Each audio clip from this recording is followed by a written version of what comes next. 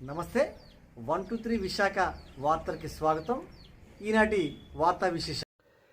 CM రమేష్ని arrest చేసి police station తరలించి విడుదల చేసిన అనంతరం విలేకరులతో మాట్లాడారు అనకాపల్లి పార్లమెంట్ బీజేపీ అభ్యర్థి సీఎం రమేష్. తారువా గ్రామంలో భయభ్రాంతులకు గురి చేసే విధంగా ప్రజలు అక్కడ స్థానిక నాయకులు అండదండలతో చెలరేగిపోరని ఈ సందర్భంగా మాట్లాడారు.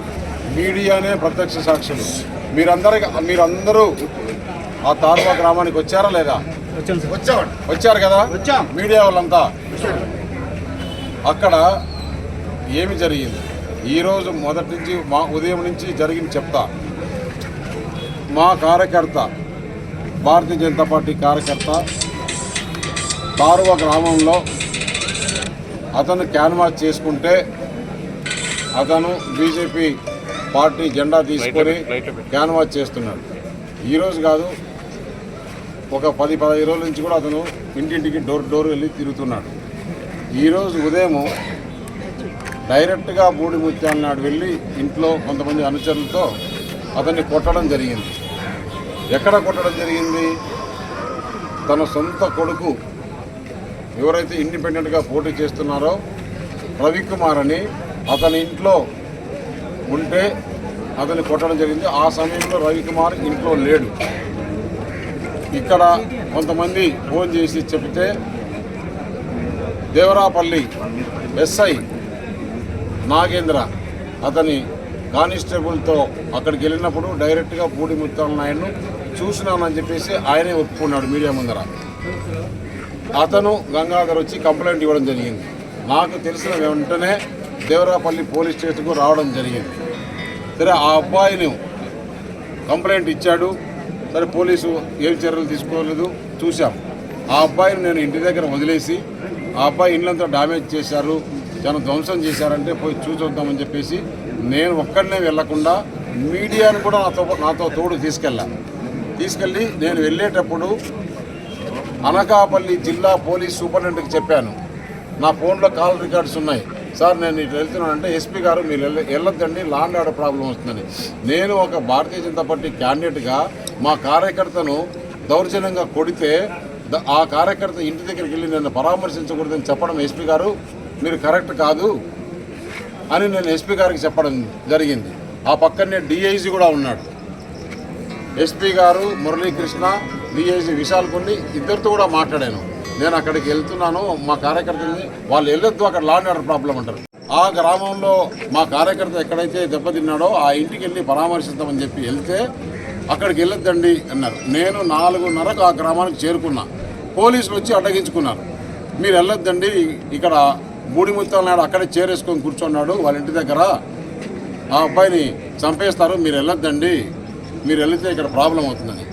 సరే, నేను ఇక్కడికి వచ్చిన తర్వాత వెళ్ళొద్దని చెప్పే హక్కు మీకు లేదు అని చెప్పేసి నేను అక్కడే కూర్చున్నా. నేనేం ఎక్కడ కూడా మీడియా చూస్తున్నారు. మీరు కావాలంటే వాళ్ళని కంట్రోల్ చేసుకోండి, ఏమైనా చేసుకోండి. నేనేంటి మా కార్యకర్త ఇంటికి పోవద్దని చెప్పేసి ఒక అభ్యర్థిగా నేను వెళ్తే మీరు చూశారు కదా ఏం జరిగిందో. పోలీసు వచ్చి, డిఎస్పీ వచ్చి మీరు ఇక్కడ ఉంటే ప్రాబ్లం అని చెప్పేసి నన్ను పోలీసులు బలవంతంగా తీసుకొచ్చి పోలీస్ కారు ఎక్కించారు. ఇది ఎక్కడి న్యాయం? అంటే ఎక్కడున్నాం మనం? నేను ఒక అభ్యర్థిగా, నేషనల్ పార్టీ అభ్యర్థిగా, భారతీయ జనతా పార్టీ అభ్యర్థిగా, ప్రధానమంత్రి నరేంద్ర మోడీ ప్రతినిధిగా ఇక్కడికి వచ్చి మా భారతీయ జనతా పార్టీ కార్యకర్త అతన్ని కొడితే అతన్ని చాలా ఇబ్బందులు, కాళ్ళతో చెప్పులతో కొట్టారు డైరెక్ట్గా బూడి ముత్యాల నాయుడు. అతన్ని పరామర్శించడానికి నేను వెళ్తే ఆ గ్రామంలో నేను ఉన్నంతసేపు ఏమీ చేయలా. ఎప్పుడైతే పోలీసు ఈ 5-6 మంది అక్కడ 5-6 మంది పోలీసు నన్ను మొత్తం ఎత్తుకొని జీపులో పడేస్తే అప్పుడు ఏం చేశారు? వచ్చి మొత్తం జీపు చుట్టుకున్నారు. జీపు చుట్టుకొని అక్కడ గొడవ చేసి మొత్తం కార్లన్నీ ధ్వంసం చేశారు. ఇదంతా కూడా అనకాపల్లి ప్రజలకు తెలియాలి. అంటే నేను ఒక మాట అక్కడ చెప్పినంటే తెలుగుదేశం కార్యకర్తల చేతగాని వల్ల, భారతీయ జనతా పార్టీ కార్యకర్తల చేతగాని వల్ల, జనసేన కార్యకర్తల చేతగాని వల్ల ఈ ఎలక్షన్ టైంలో ఇది మంచిది కాదు, law and order problem create చేయకూడదు అని పోలీసులకు సహకరిస్తే అప్పుడు వీళ్ళు రెచ్చిపోయి నేను అడుగుతున్నా పోలీసు వాళ్ళని. నేను ఆ గ్రామంలో దాదాపు 3 గంటల సేపు ఉంటే అక్కడ ఉద్రిక్త ఉందని మీకు తెలిసి నన్ను వెళ్ళొద్దని చెప్పేటప్పుడు నేను అనకాపల్లి ఎస్పీకి చెప్పాను, డిఐజీకి చెప్పాను, డిఎస్పీకి చెప్పాను. ఎందుకు కనీసం 10 మంది పోలీసులు లేరా ఈ జిల్లాలో కనీసం 10 మంది పోలీసులు లేరా అంటే అతను ఒక డిప్యూటీ సీఎం, అతను ఏమి చెబితే అది జరగాలని పోలీసులు మీరు వారి మోకాళ్ళకి చేతుల కింద నీళ్లు తాగుతున్నారంటే ఇంతకన్నా సిగ్గుందా మీ వ్యవస్థకి? పోలీస్ వ్యవస్థకి ఇంతకన్నా సిగ్గుందా? నేను ఒక భారతీయ జనతా పార్టీ అభ్యర్థిని, 12 సంవత్సరాలు రాష్ట్రసభ చేసిన క్యాండిడేట్ని. నాకే అక్కడ రక్షణ లేకుంటే మాడుగుల్లో ప్రజలకి మీరు ఏ రక్షణ ఇస్తారు? రేపు ఎలక్షన్ ఏ విధంగా జరిపిస్తారని చెప్పేసి పోలీసుల వాళ్ళు అడుగుతున్నా. నేను ఏ చిన్న తప్పు చేసినా కూడా మొత్తము ఎన్టీవీ ఉంది, TV9 ఉంది, ABN ఉంది, TV5 ఉంది, మిగతా లోకల్ ఛానల్స్ అందరూ కూడా ఉన్నారు. నేను ఏదన్నా ఒక్క మాట రెచ్చగొట్టినా కానీ నేను మాట కూడా మాట్లాడలేదు పోలీసుతో. మీరు మా కార్యకర్తకు అన్యాయం జరిగింది, ఆ అబ్బాయిని కొట్టారు, ఆ అబ్బాయిని పరామర్శించి ఆ అబ్బాయిని ఇంట్లో వదిలేస్తారని చెప్తే దానికి పోలీసులు సహకరించకుండా ఇప్పుడు ఏం చేస్తారు? నేను అనుకుంటున్నా పోలీసులు నేనే దౌర్జన్యం చేసిన కేసు పెడతారా పెట్టరా? ఈ పోలీసు అలాంటి వాళ్ళ కాదా? అక్కడ బూడిముత్యాల నాడు డైరెక్ట్గా వచ్చి కారు అద్దాలు పోలగొట్టింది చూసాం, అందరూ రికార్డు చేసుకున్నారు. అతను డిఎస్పీ సాక్షిగా, మీడియా సాక్షిగా నేను వెళ్ళే వెహికల్కు ఒక సిమెంట్ బెంచి అడ్డం వేసుకొని బూడిముత్యాల నాడు కూర్చున్నాడా లేదా? మీరు చూసారా లేదా? మరి ఏం చేస్తాం? మరి ప్రజాస్వామ్యంలో ఈ ఆంధ్రప్రదేశ్లో ఈ జగన్మోహన్ రెడ్డి పరిపాలనలో పోలీస్ వ్యవస్థ ఇది ఉంటే నేను దీన్ని అంత ఈజీగా వదలను. రేపు ఆ గ్రామానికి ఇంటింటికి వెళ్ళి ఆ గ్రామంలోనే మెజారిటీ తెప్పించుకోకుండా చూడండి. ఆ గ్రామంలోనే మెజారిటీ తెప్పించుకుంటాను. ఎవరు ఓటేస్తారో నేను, ఎందుకంటే మంచిగా పోయా పోలీసును చూసిన. ఇప్పుడు నేను సెంట్రల్ ఎలక్షన్ కమిషన్ పెట్టుకొని సెంట్రల్ గవర్నమెంట్ పోలీసుని తీసుకొని ఈ గ్రామంలో నేను క్యాన్వాస్ చేయకుండా అడగమను. నేను కూడా కార్యకర్తలు ఈ మాదిరి చేయాలంటే నాకన్నా మించినోడు లేదు. మీరు పోలీసుని అడ్డం పెట్టుకొని పోలీసు నన్ను అరెస్ట్ చేస్తున్నామని చెప్పి నేను ఏ తప్పు చేశానండి? నా కార్యకర్తను కొడితే, నా కార్యకర్తను పరామర్శించడానికి వెళ్తే పోలీసులు అడ్డుపడి నన్ను అరెస్ట్ చేసి ఈ పోలీస్ స్టేషన్కి తీసుకొని వస్తారా?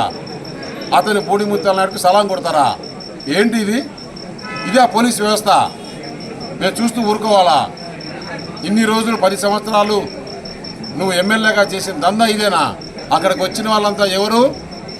ప్రతి ఒక్కరి ఫోటోలు ఉన్నాయి. అక్కడంతా ఇసుక దందా చేసి ఇతని కింద పనిచేసి అవినీతిలో సంపాదించుకున్న వాళ్ళందరూ అక్కడికి వచ్చి ఈరోజు పోలీసులను కొట్టారు, పోలీసు వెహికల్ పగలగొట్టారు, మా వెహికల్స్ అన్ని ధ్వంసం చేశారు. అయితే ఏమవుతుంది? పోలీస్ అంటే ఈరోజు అనకాపల్లి ప్రజలంతా గమనించాల్సింది ఒకటి. నేను ఇన్ని రోజులు 40 రోజుల నుంచిగా ఎంత పీస్ఫుల్గా, ఎంత పగడబందీగా అందరికీ నమస్కారం పెట్టుకుంటూ నాకు ఓటు వేయండి, అనకాపల్లి అభివృద్ధి చేస్తానంటే ఏ విధంగా ఈరోజు బూడిముత్యాల నాయుడు ఫ్రస్ట్రేషన్లో అతను డిపాజిట్ లేకుండా ఓడిపోతాము, తల్లి వచ్చి నువ్వు చేసే పని మంచిది కాదంటే తల్లిని కొట్టాడు, కొడుకు వచ్చి నువ్వు చేసే మంచి పద్ధతి కాదంటే కొడుకుని కొట్టాడు, బామర్ది సొంతం భార్య తమ్ముడు గంగాధర్ అతని భార్య ఎవరైతే అతను చంపాడో ఆ భార్య తమ్ముడు గంగాధర్ అతన్ని కొట్టింది. అతను బీజేపీ కార్యకర్త. అతనికి పరామర్శించడానికి నేను వెళ్ళిపోతే ఈ మాదిరి చేస్తే పోలీసులు ఏమి చేస్తారో చూద్దాం. ఉదయం జరిగితే ఇంతవరకు కూడా బూడిముత్యాల నాయుడు కాదు, అతని కారు ధ్వంసం చేశారు. ఉదయమే అక్కడ మోటార్ సైకిల్ ధ్వంసం చేశారు. ఒక డ్రోన్ ఉంటే ఆ డ్రోన్ ధ్వంసం చేశారు. వాళ్ళ ఫోన్లు స్వాధీనం చేసుకున్నారు బూడిముత్యాల నాయుడు మనుషులు, బూడిముత్యాల నాయుడు. ఇంతవరకు పోలీసులకు చెప్తున్నా, ఒక డజన్ గాజులు తీసుకొని లేకుంటే ఏం చేయాలి? మరి నేను ఏమి చేయాలి? ఏంటి ఇతను ఈ పోలీసు వ్యవస్థ? రేపు చూద్దాం. సీఎం